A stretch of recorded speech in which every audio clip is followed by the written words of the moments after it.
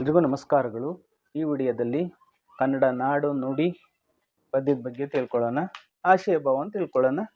ನಮ್ಮ ಕನ್ನಡ ನಾಡು ನುಡಿಯ ವಿಶಿಷ್ಟತೆಯನ್ನು ನಮ್ಮ ನಾಡಿನ ಕವಿಗಳು ಮನಸಾರೆ ಹೊಗಳಿರುವುದನ್ನು, ಅವರ ಭಾಷಾ ಕಾಳಜಿಯನ್ನು ಅವರ ಕಾವ್ಯಗಳಲ್ಲಿ ಕಾಣಬಹುದು.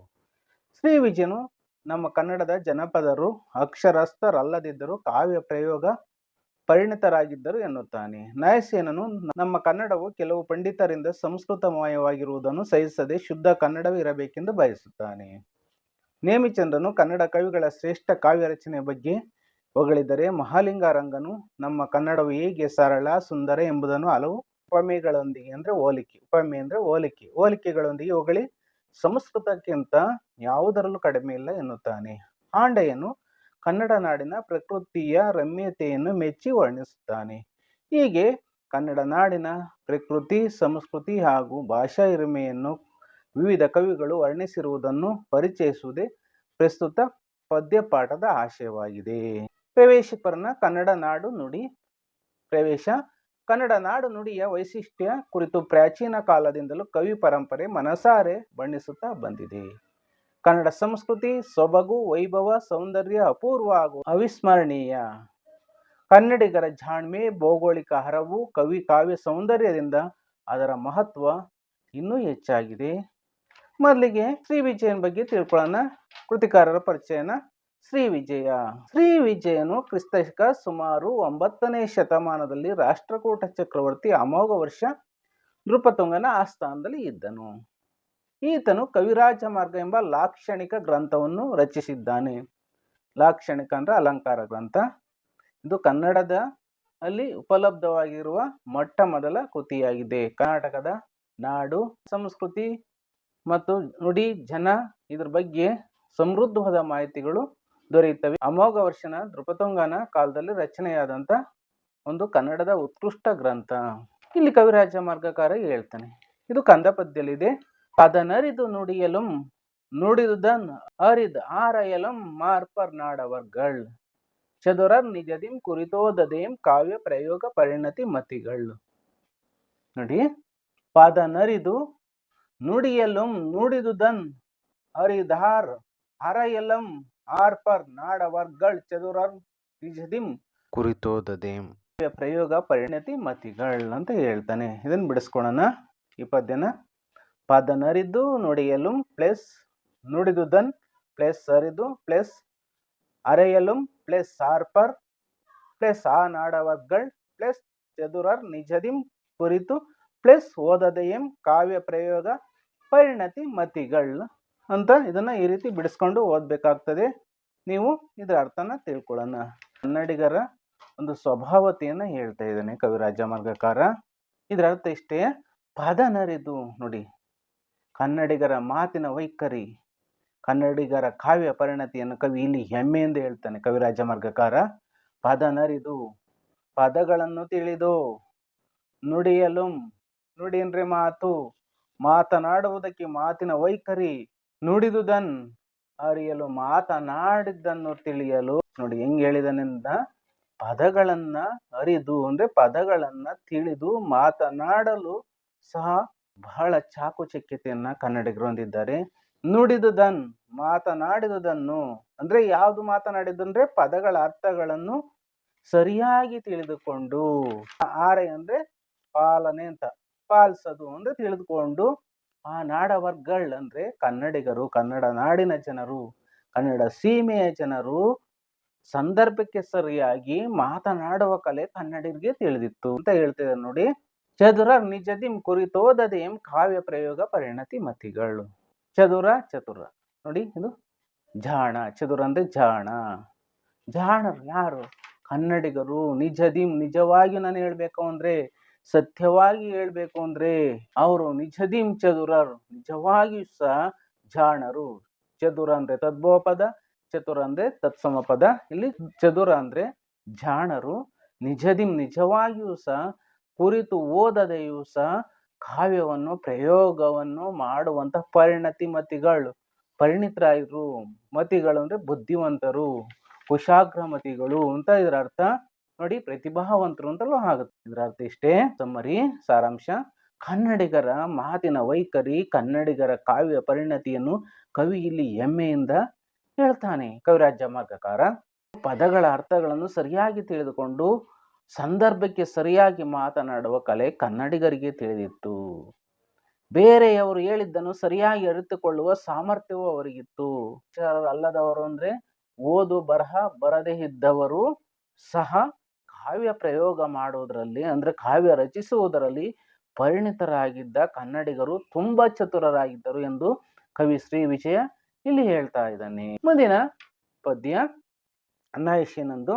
ನಯಸೇನ ನಯಸೇನನ ಬಗ್ಗೆ ತಿಳ್ಕೊಳ್ಳೋಣ. ನಯಸೇನ ಕ್ರಿಸ್ತಶಕ ಸುಮಾರು 12ನೇ ಶತಮಾನದಲ್ಲಿ ಧಾರವಾಡ ಜಿಲ್ಲೆಯ ಮುಳಗುಂದದಲ್ಲಿ ಜೀವಿಸಿದ್ದನು. ಈತನು ಧರ್ಮಾಮೃತ ಎಂಬ ಚಂಪು ಕಾವ್ಯ ಕೃತಿಯನ್ನು ರಚಿಸಿದ್ದಾನೆ. ಚಂಪು ಕಾವ್ಯ ಅಂದ್ರೇನು? ಗದ್ಯ ಪದ್ಯಗಳ ಸಮ್ಮಿಶ್ರವಾದ ಕಾವ್ಯ. ಇದನ್ನ ಚಂಪು ಕಾವ್ಯ ಅಂತ ಕರೀತಾರೆ. ಕನ್ನಡದಲ್ಲಿ ಕಾವ್ಯ ರಚನೆಯ ಸಮಯದಲ್ಲಿ ಸಂಸ್ಕೃತ ಶಬ್ದಗಳನ್ನು ಸೇರಿಸುವ ಬಗ್ಗೆ ನಯಸೇನನು ಆಕ್ಷೇಪ ವ್ಯಕ್ತಪಡಿಸ್ತಾನೆ. ಕಾವ್ಯ ರಚಿಸುವುದಾದರೆ ಕನ್ನಡದಲ್ಲೇ ಕಾವ್ಯವನ್ನು ರಚಿಸಬೇಕು, ಇಲ್ಲವೇ ಸಂಸ್ಕೃತದಲ್ಲಿ ರಚಿಸಬೇಕು. ಇವೆರಡನ್ನು ಬೆರೆಸಿ ಕಾವ್ಯ ರಚನೆ ಮಾಡಿದರೆ ಅದು ಎಣ್ಣೆ ತುಪ್ಪಗಳ ಮಿಶ್ರಣದಂತೆ ಆಸ್ವಾದ ಆಗುತ್ತದೆ ಎಂಬುದು ಆತನ ಅಭಿಪ್ರಾಯ. ಕಂದ ಪದ್ಯದಲ್ಲಿದೆ. ಕಂದ ಪದ್ಯ ಸಕ್ಕದಂ ಪೇಳ್ವಡೆ ನೆರೆ ಸಕ್ಕದಂ ಪೇಳ್ಗೆ. ಶುದ್ಧ ಕನ್ನಡದಲ್ಲಿ ತಂದಿಕ್ಕುವುದೇ ಸಕ್ಕದಂ, ತಕ್ಕುದೇ ಬೆರಸಲ್ಕೆ ಘೃತಮಂ ತೈಲಮಂ. ಇದನ್ನ ಬಿಡಿಸ್ಕೊಳ್ಳೋಣ. ಸಕ್ಕದಂ ಪೇಳ್ವಡೆ ನೆರೆ ಪ್ಲೇಸ್ ಸಕ್ಕದಂ ಪೇಳ್ಗೆ ಶುದ್ಧ ಕನ್ನಡದಲ್ಲಿ ತಂದು ಪ್ಲೇಸ್ ಸಿಕ್ಕುವುದೇ ಸಕ್ಕದಂ ಪ್ಲೇಸ್ ತಕ್ಕುದೇ ಬೆರಸಲ್ಕೆ ಘೃತಮಂ ತೈಲಮಂ ಅಂತ ಹೇಳ್ತಾನೆ. ಇದರ ಅರ್ಥ ಅಂತ ತಿಳ್ಕೊಳ್ಳೋಣ. ಸಕ್ಕದಂ ಪೇಳ್ವಡೆ ನೆರೆ ಸಕ್ಕದಂ ಪೇಳ್ಗೆ ಹೇಳ್ತಾ ಇದ್ದ ನೋಡಿ ನಯಸೇನ. ಸಕ್ಕದ ಅಂದ್ರೆ ಸಂಸ್ಕೃತ, ಸಂಸ್ಕೃತ ಭಾಷೆ. ಪೇಳ್ವಡೆ ಅಂದ್ರೆ ಹೇಳುವುದಾದ್ರೆ, ನೀನು ಸಂಸ್ಕೃತದಲ್ಲಿ ಹೇಳುವುದಾದರೆ ಅಂದ್ರೆ ಸಂಸ್ಕೃತದಲ್ಲಿ ಬರೆಯುವುದಾದರೆ ಸಾಹಿತ್ಯವನ್ನ ನೆರೆ ಸಕ್ಕದಂ ಸಂಸ್ಕೃತದಲ್ಲೇ ಮಾತನಾಡು ಅಥವಾ ಸಾಹಿತ್ಯವನ್ನು ಸಂಸ್ಕೃತದಲ್ಲೇ ಬರಿ. ಪೇಳ್ಗೆ ಅಂತ ಇದೆ ನೋಡಿ, ಹೇಳು ಅಂತ ಅರ್ಥ. ಶುದ್ಧ ಕನ್ನಡದೋಳ್ ತಂದಿಕ್ಕುವುದೇ ಸಕ್ಕದಂ. ಶುದ್ಧವಾದ ಅಚ್ಚಗನ್ನಡದಲ್ಲಿ ನೀನು ಸಂಸ್ಕೃತ ಭಾಷೆ ಪದಗಳನ್ನು ತಂದಿಕ್ಕುವುದು ಸರಿಯೇ ಅಂತ ನಮಗೆ ಪ್ರಶ್ನೆಯನ್ನ ಮಾಡ್ತಾ ಇದ್ದೇನೆ ನಯಸೇನ. ಸಕ್ಕದಂ ತಕ್ಕುದೇ ಸಂಸ್ಕೃತ ಭಾಷೆಯ ಪದಗಳನ್ನು ಕನ್ನಡ ಭಾಷೆಯಲ್ಲಿ ನೀನು ತಂದು ಬರೆಯುವುದು ಅಥವಾ ಹೇಳುವುದು ಸರಿಯೇ?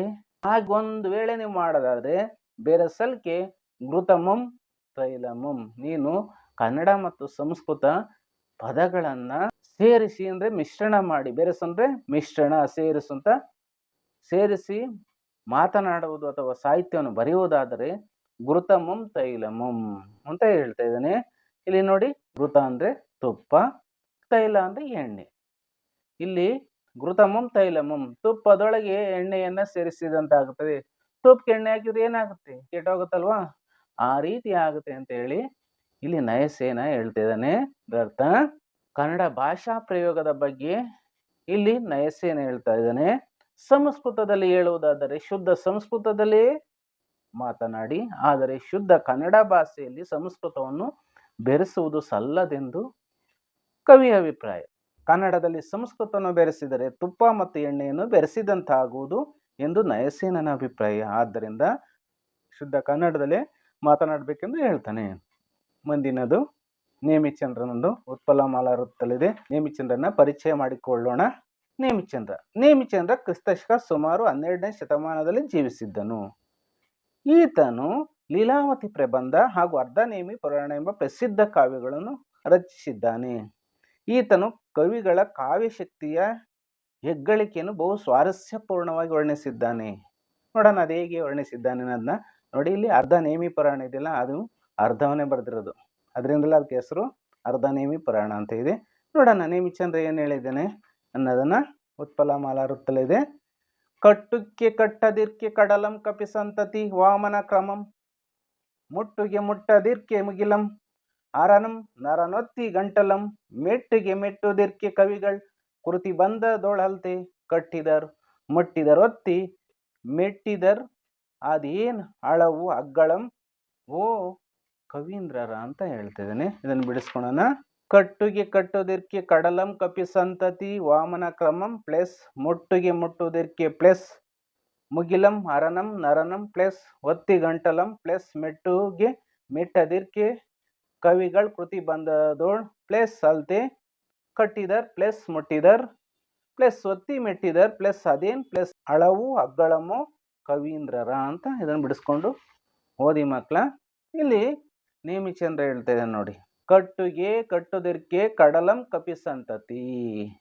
ರಾಮಾಯಣದಲ್ಲಿ ಸೀತಾಪರಣ ಆದಾಗ ಕಪಿಗಳಿಂದ ಕಡಲಿಗೆ ಅಂದ್ರೆ ಸಮುದ್ರಕ್ಕೆ ಸೇತುವೆ ಕಟ್ಟಿದರೋ ಇಲ್ಲವೋ ಗೊತ್ತಿಲ್ಲ, ಲಂಕೆಗೆ ಸೇತುವೆ ಕಟ್ಟಿದವೋ ಗೊತ್ತಿಲ್ಲ, ಅದು ರಾಮಾಯಣದಲ್ಲಿ ಇದೆ. ಹಾಗೆ ವಾಮನ ಕ್ರಮ ಮುಟ್ಟುಗೆ ಮುಟ್ಟುವುದಕ್ಕೆ ಮುಗಿಲಂ ಅಂತ ಇದೆ.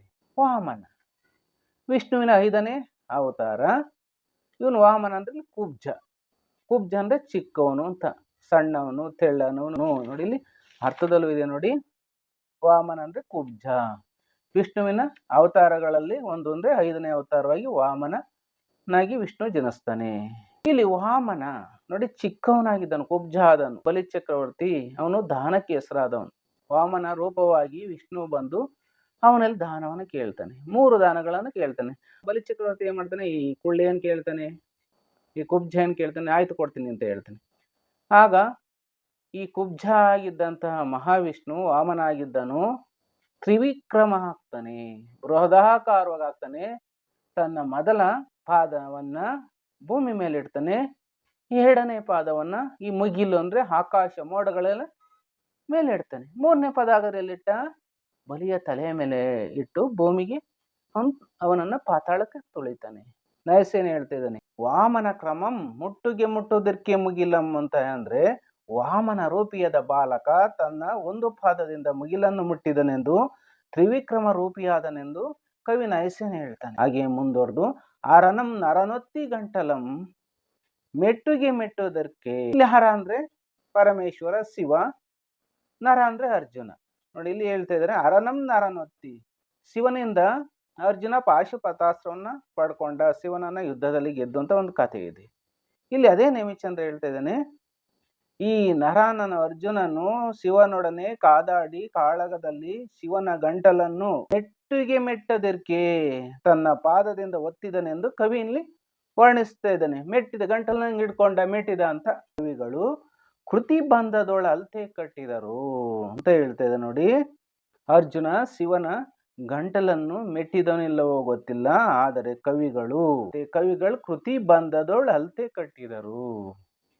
ಆದರೆ ಕವಿಗಳು ತಮ್ಮ ಕೃತಿ ಗ್ರಂಥಗಳ ಬಂಧನದಲ್ಲೇ ಅಲ್ತೆ ಅಂದ್ರೆ ಅಲ್ಲವೇ ಕಟ್ಟಿದರು. ಮುಟ್ಟಿದರೊತ್ತಿ ಮೆಟ್ಟಿದರನ್ ಅದೇನ್ ಅಳಂ ಅಗ್ಗಳಂ ಓ ಕವೀಂದ್ರರ ಅಂತ ಹೇಳ್ತಿದೆ ನೋಡಿ ಇಲ್ಲಿ. ಆದರೆ ಕವಿಗಳು ಬ್ರಹ್ಮನ ಸೃಷ್ಟಿಯಂತೆ ಕಾವ್ಯ ಸೃಷ್ಟಿಯನ್ನು ಮಾಡ್ತಾರೆ. ಈ ಘಟನೆ ಸತ್ಯವಿರಬಹುದೇ ಎಂಬ ಸಂಶಯ ಓದುಗರಿಗೆ ಬಾರದಂತೆ ಅತಿ ಶ್ರೇಷ್ಠವಾದ ಕಾವ್ಯವನ್ನು ರಚಿಸುವ ಕವಿಗಳ ಸಾಮರ್ಥ್ಯವನ್ನ ನೇಮಿಚಂದ್ರ ಇಲ್ಲಿ ಪ್ರಶಂಸೆ ಮಾಡ್ತಾ ಇದ್ದಾನೆ. ಇದರರ್ಥ ಕಟ್ಟುಗೆ ಕಟ್ಟುವುದಕ್ಕೆ ಕಡಲಂ ಕಪಿ ಸಂತತಿ. ನೋಡಿ, ಲಂಕೆಯನ್ನ ಹಾರುವುದಕ್ಕೆ ತಲುಪುವುದಕ್ಕೆ ಕಪಿಗಳು ಸೇತುವೆಯನ್ನ ಕಟ್ಟಿದರೋ ಇಲ್ಲವೋ ಗೊತ್ತಿಲ್ಲ. ವಾಮನ ಕ್ರಮದಿಂ, ವಿಷ್ಣು ಇದ್ನಲ್ಲ ಅವನು 5ನೇ ಅವತಾರವಾಗಿ ವಾಮನನಾಗಿ ಹುಟ್ಟಿದ್ದು ಕೊನೆಗೆ ತ್ರಿವಿಕ್ರಮನಾಗ್ತಾನೆ, ಬಲಿಯನ್ನ ಪಾತಾಳಕ್ಕೆ ತುಳಿತಾನೆ. ಅದೇ ವಾಮನ ಕ್ರಮ ಮುಟ್ಟುಗೆ ಮುಟ್ಟೋದಕ್ಕೆ ಮುಗಿಲಂ, ವಾಮನನ ಅವತಾರವಾಗಿ ಕುಬ್ಜನ ಅವತಾರವಾಗಿ ಮುಗಿಲು ಅಂದ್ರೆ ಮೋಡಗಳನ್ನು ಮುಟ್ಟಿದನೋ ಮುಟ್ಟಲಿಲ್ಲವೋ ಗೊತ್ತಿಲ್ಲ. ಅರ್ಜುನನು ಅರನೊಡನೆ ಕಾಳಗವನ್ನು ಮಾಡಿ ಅವನ ಗಂಟಲನ್ನು ಒತ್ತಿದನೋ ಇಲ್ಲವೋ ಗೊತ್ತಿಲ್ಲ.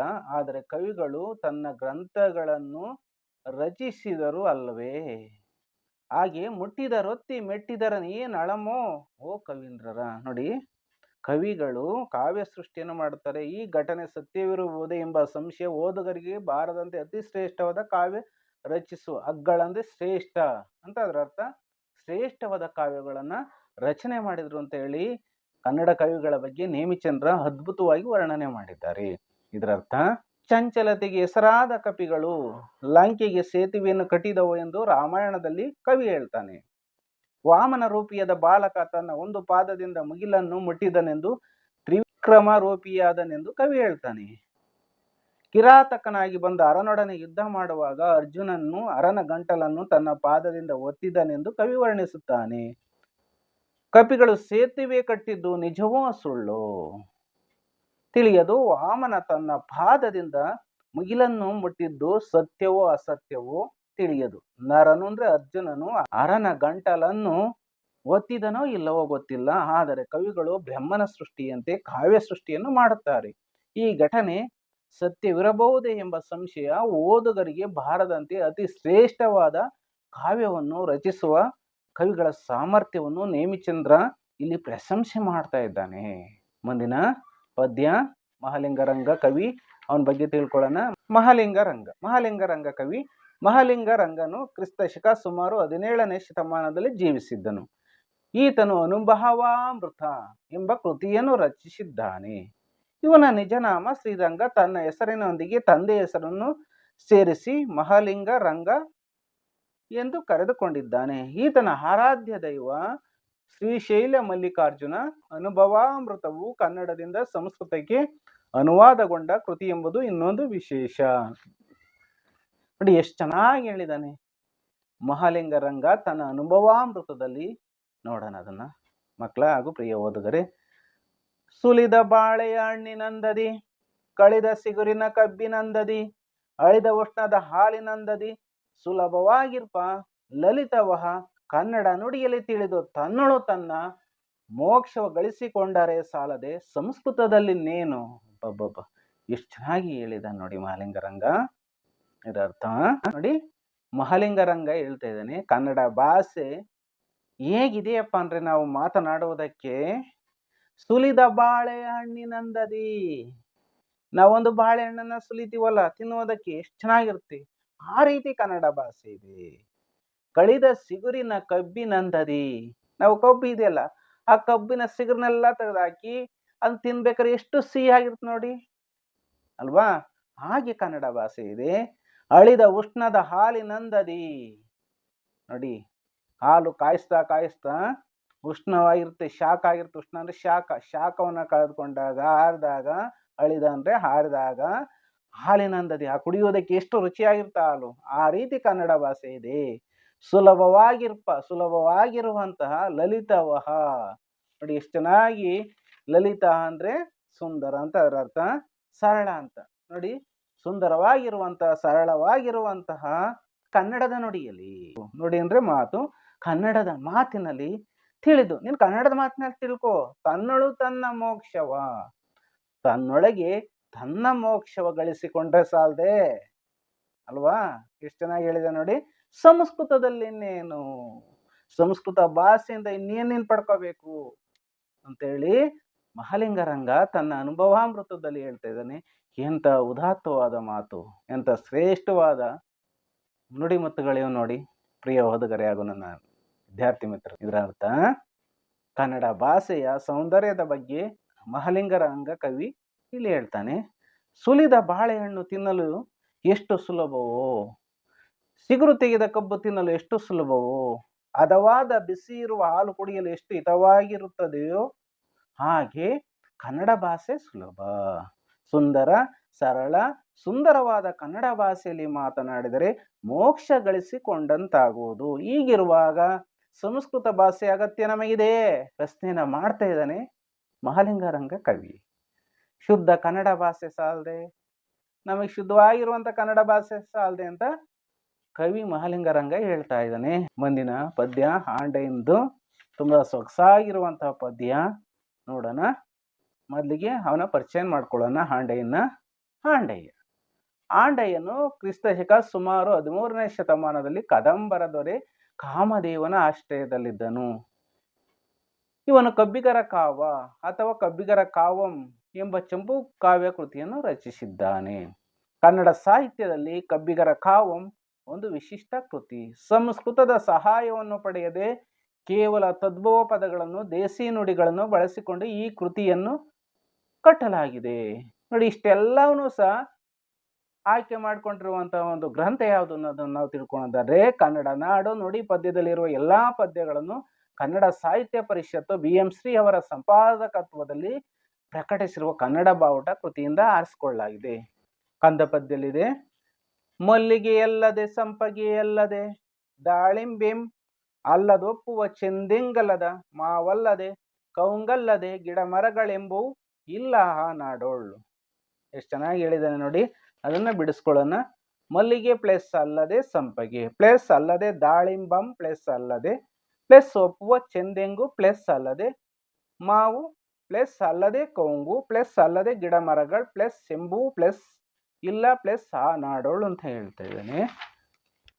ಇದರ ಅರ್ಥ ಅಂತ ತಿಳ್ಕೊಳ್ಳೋಣ. ನೋಡಿ, ಇಲ್ಲಿ ಈ 4 ಪದ್ಯಗಳು ಕನ್ನಡ ನಾಡು ನುಡಿ ಹಾಗೂ ಕವಿಗಳ ಬಗ್ಗೆ ಇರುವಂತಹ ಪದ್ಯಗಳು. ಈ ಪದ್ಯದಲ್ಲಿ ಕನ್ನಡ ನಾಡಿನ ವಿಸ್ತಾರವನ್ನು ಬಹು ಸೊಗಸಾಗಿ ವರ್ಣಿಸಿದ್ದಾನೆ. ಇಲ್ಲಿ ಕನ್ನಡ ನಾಡಿನಲ್ಲಿ ಏನೇನಿದ್ದು ಅನ್ನೋದನ್ನ ಹೇಳ್ತಾ ಇದ್ದಾನೆ. ಮಲ್ಲಿಗೆ ಅಲ್ಲದೆ, ಕನ್ನಡ ನಾಡಿನಲ್ಲಿ ಮಲ್ಲಿಗೆಗಳು ಸುವಾಸನೆಯನ್ನು ಬೀರುವಂತಹ ಮಲ್ಲಿಗೆಗಳು, ವಿವಿಧ ಬಗೆಯ ಮಲ್ಲಿಗೆ ಹೂಗಳಿದ್ದಾವೆ. ಮೈಸೂರು ಮಲ್ಲಿಗೆ, ಜಾಜಿ ಮಲ್ಲಿಗೆ, ಸೂಜಿ ಮಲ್ಲಿಗೆ, ದುಂಡು ಮಲ್ಲಿಗೆ ಅಂತ ಇದಾವೆ. ಇಂತಹ ಬಗೆಯ ಮಲ್ಲಿಗೆಗಳಿದ್ದಾವೆ. ಅದನ್ನೇ ಆಂಡಯ್ಯ ಹೇಳ್ತಾ ಇದ್ದಾನೆ. ಮಲ್ಲಿಗೆ ಅಲ್ಲದೆ, ಮಲ್ಲಿಗೆ ಹೂಗಳು ಅಲ್ಲದೆ, ಸಂಪಿಗೆ ಅಲ್ಲದೆ, ಸಂಪಿಗೆ ಹೂಗಳು ಅಲ್ಲದೆ, ದಾಳಿಂಬಂ ನೋಡಿ, ದಾಳಿಂಬೆ ಹಣ್ಣುಗಳು, ದಾಳಿಂಬೆ ಗಿಡಗಳು ಎಷ್ಟಿದ್ದು ಅನ್ನೋದನ್ನ ನಾವು ಉಲ್ಲೇಖ ಮಾಡಿದ ನೋಡಿ ಆಂಡಯ್ಯ. ದಾಳಿಂಬೆ ಹಣ್ಣುಗಳಲ್ಲದೆ ಒಪ್ಪುವ ಚೆಂದೆಂಗು, ಚೆಂದೆಂಗು ಅಂದ್ರೆ ಕೆಂಪಾದ ತೆಂಗು, ಚೆಂದೆಂಗು ಅಂದ್ರೆ ಸುಂದರವಾದ ತೆಂಗಿನ ಮರಗಳು ಅಂತಲೂ ಸಹ ನಾವು ಭಾವಿಸ್ಕೋಬಹುದು. ಸುಂದರವಾದ ತೆಂಗಿನ ಮರಗಳು. ಮಾವಲ್ಲದೆ, ಮಾವಿನ ಮರಗಳಲ್ಲದೆ, ಕೌಂಗು ಅಂದ್ರೆ ಅಡಿಕೆ ಮರ, ಕೌಂಗು ಅಂದ್ರೆ ಅಡಿಕೆ ಮರ, ಕೌಂಗಲ್ಲದೆ, ಅಡಿಕೆ ಮರಗಳಲ್ಲದೆ ಗಿಡ ಮರಗಳು ಸಹ ಇದ್ದು ಈ ನಾಡಿನಲ್ಲಿ. ಈ ನಾಡು ಅಂದ್ರೆ ಯಾವ್ದಪ್ಪ ಅಂದ್ರೆ ಕನ್ನಡ ನಾಡಿನಲ್ಲಿ. ಇದರ ಸಾರಾಂಶವನ್ನು ನಾವು ತಿಳ್ಕೊಳ್ಳೋಣ. ಕನ್ನಡ ನಾಡಿನ ಸುಂದರ ಪ್ರಕೃತಿಯನ್ನು ಕವಿ ಆಂಡಯ್ಯ ಇಲ್ಲಿ ವರ್ಣಿಸಿದ್ದಾನೆ. ಮಲ್ಲಿಗೆಯ ಬಳ್ಳಿ, ಸಂಪಿಗೆ ಹೂವಿನ ಗಿಡ, ದಾಳಿಂಬೆ ಹಣ್ಣಿನ ಮರ, ತೆಂಗಿನ ಮರ, ಮಾವಿನ ಮರ, ಅಡಿಕೆಯ ಮರ, ಹಲವಾರು ರೀತಿಯ ಗಿಡ ಮರಗಳು ಕನ್ನಡ ನಾಡಿನಲ್ಲಿ ಇವೆ ಎಂದು ಪ್ರಕೃತಿ ಸೌಂದರ್ಯವನ್ನ ಸಂಭ್ರಮದಿಂದ ವರ್ಣಿಸಿದ್ದಾನೆ ಕವಿ ಆಂಡಯ್ಯ. ಇಷ್ಟು ಸಮಯ ನಮ್ಮೊಂದಿಗೆ ಕಳೆದುದಕ್ಕಾಗಿ ತುಂಬ ಹೃದಯದ ಧನ್ಯವಾದಗಳು. ಲೋಕಾನಂ ಸರ್ವೇ ಜನೋ ಸುಖಿನೋ ಭವಂತು.